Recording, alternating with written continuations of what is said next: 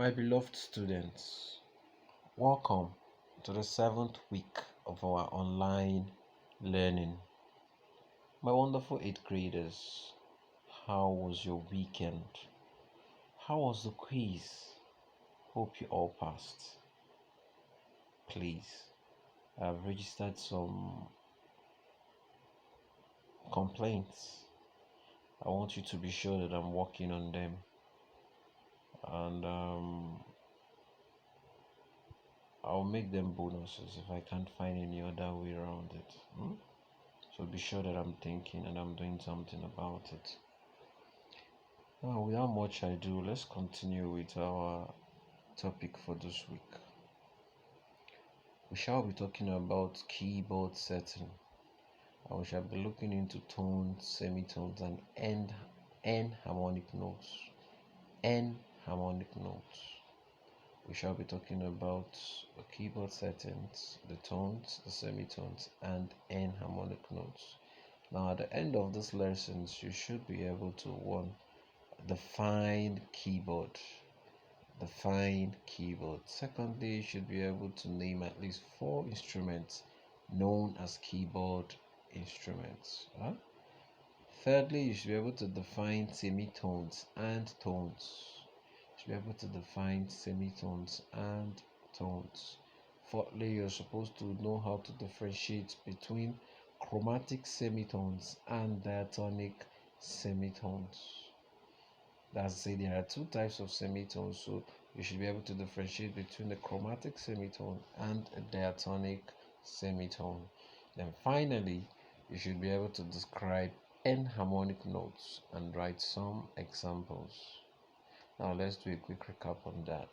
Just have this at the back of your mind. These are the things you need to know. So you should have known them at the end of our discussion, the end of the lesson. You should be able to define a keyboard. Then after that, you should be able to name 4 instruments known as keyboard instruments at least. You should also be able to define semitones and tones. You should be able to differentiate between the chromatic semitone and a diatonic semitone. Then finally, you should be able to describe enharmonic notes and write some examples. Definition of keyboard. What is a keyboard? A keyboard is an arranged set of musical notes on a board. I repeat, a keyboard is an arranged set of musical notes on a board. Examples are the organ, the piano, the harpsichord, the spinet, the clavichord, and so on. The keyboard consists of white and black keys. The keyboard is made up of white and black keys. So when you look at the keyboard, you'll see a white key, a series of white keys, and a series of black keys. The white notes keys are called the naturals. So when you look at the keyboard, you see a series of white keys, you also see a series of black keys. The white keys are known as the natural keys. Now, the natural produces clear natural sounds. The black keys are found between the white keys or notes. So when you see the series of white keys, you're going to find that the black keys lie between them, in between the white keys. From C to D, you might just see a black key on top of it, making it the black key in between the white notes. Now they derive their names. Now this black key derive their names from the white keys immediately before or after them. Now, if for example you're looking at a black key and you want to know his name, you just look at the name of the white key before it or after it. Now, if it is climbing up, it is going to bear the name of the key before it.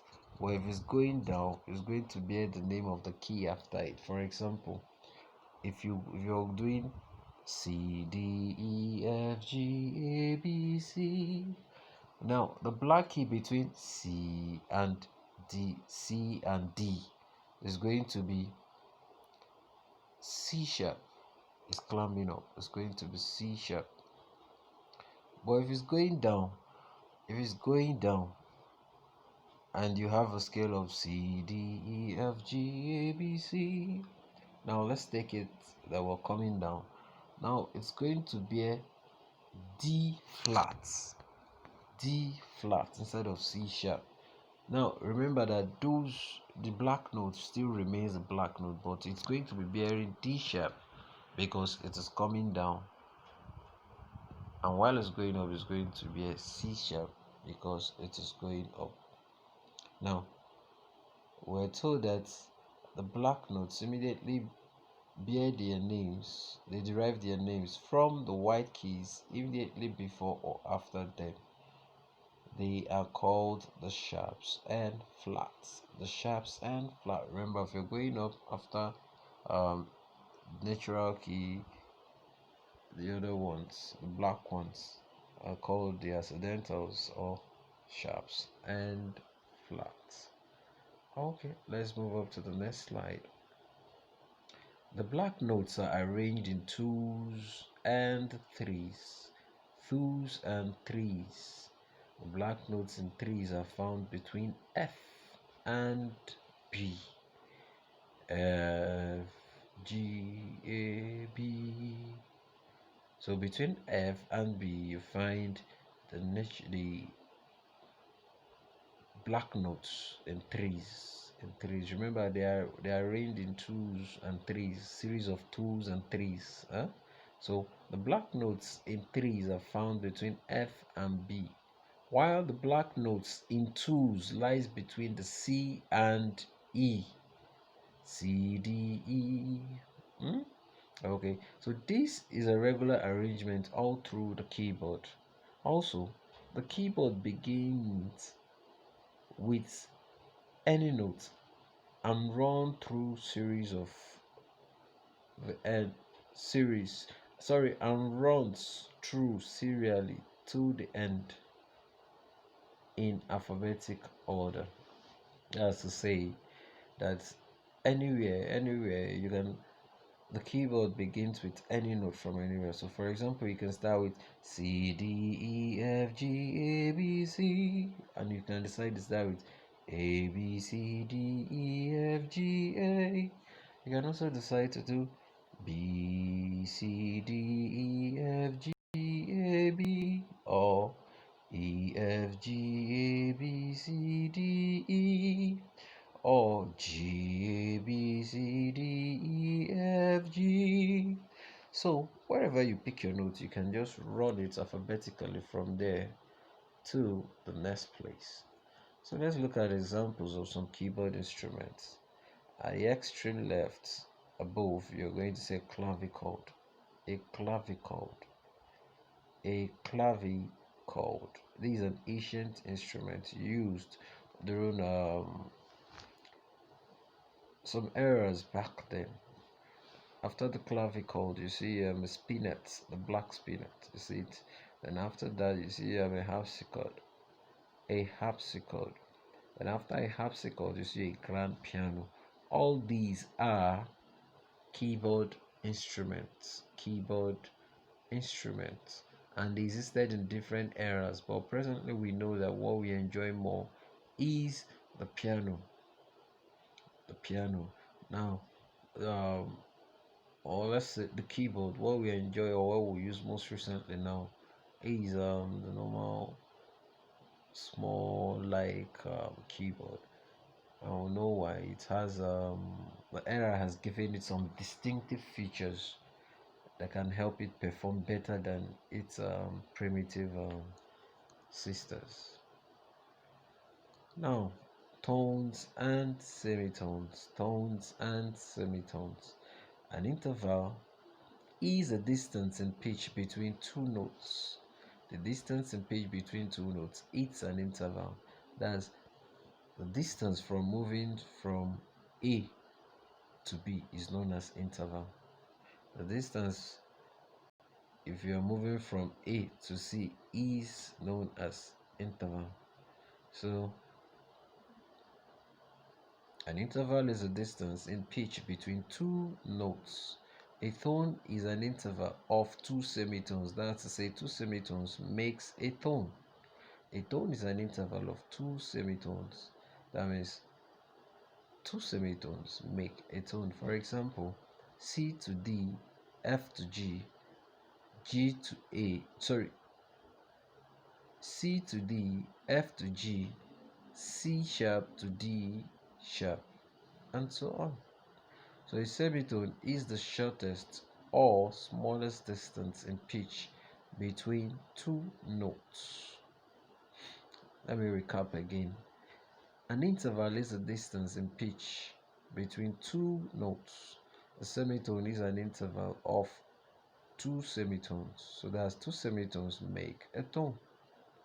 Now, example C to D, F to G, C sharp to D sharp, and so on. So a semitone now is the shortest or smallest distance in pitch between two notes. So between two notes, the shortest distance or the smallest distance is known as the semitone. Now the prefix semi means half. So you can say it's just half a tone. You know, a tone, then half a tone. That's two of a half tone makes a tone. So semitone means half tone. Example: C to C, D sharp to D sharp,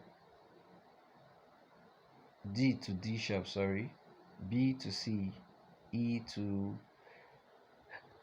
F. Now, there are two types of semitones, namely chromatic semitone and diatonic semitone. Let's look into both of them.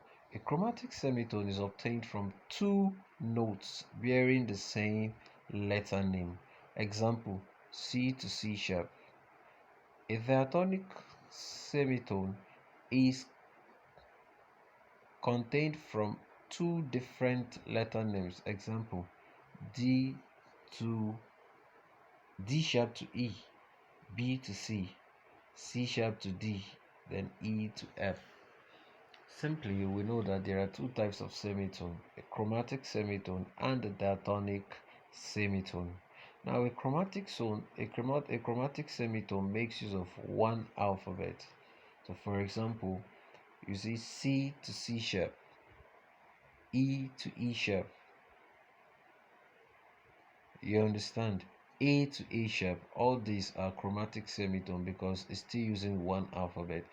But the diatonic semitone now uses two alphabet. For example, B to C, E to F, or B sharp, no sorry, F sharp to G, or G sharp to A.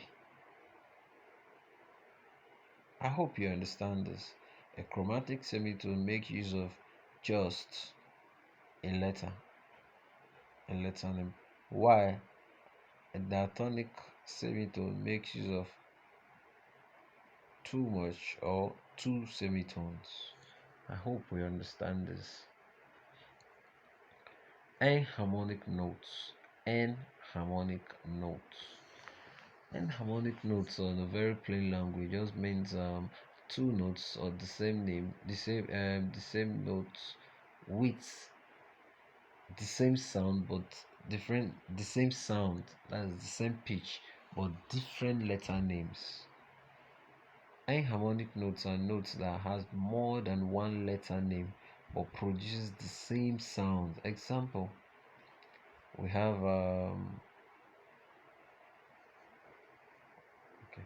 example we have C sharp to D sharp, Now, if you look at it carefully, you're going to find that C sharp is the same thing as D flat. If it's going up, it is called C sharp. If it's going down, it is called D flat. Now, F sharp to G flat are enharmonic notes.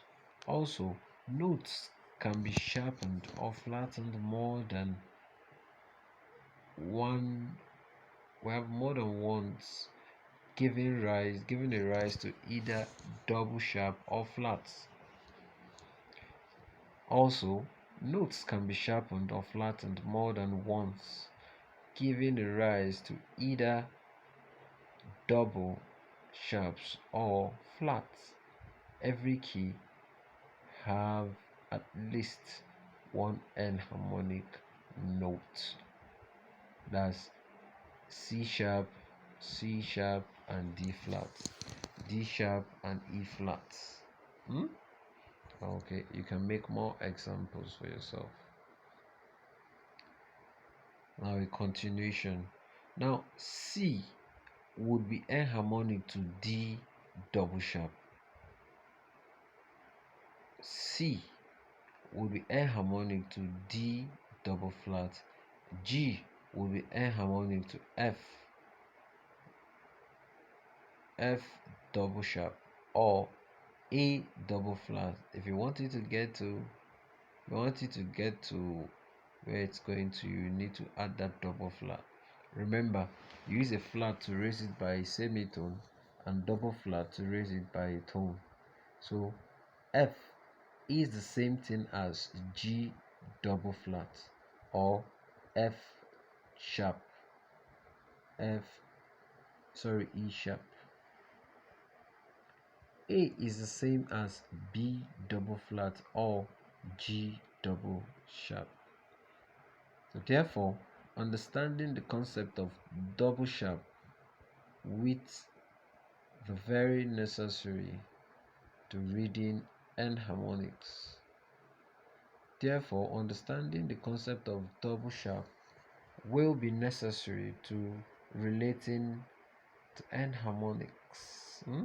So you need to know how to move from C. For example, if you want to move from A to B, you need to know that from A to B is a tone, from B to C is a semitone. Okay, with that, we've come to the end of our classes for today. It's my sincere prayers that we all paid keen attention and we've learned one or two things. Please try and ask yourself certain questions, then try and answer them based on music.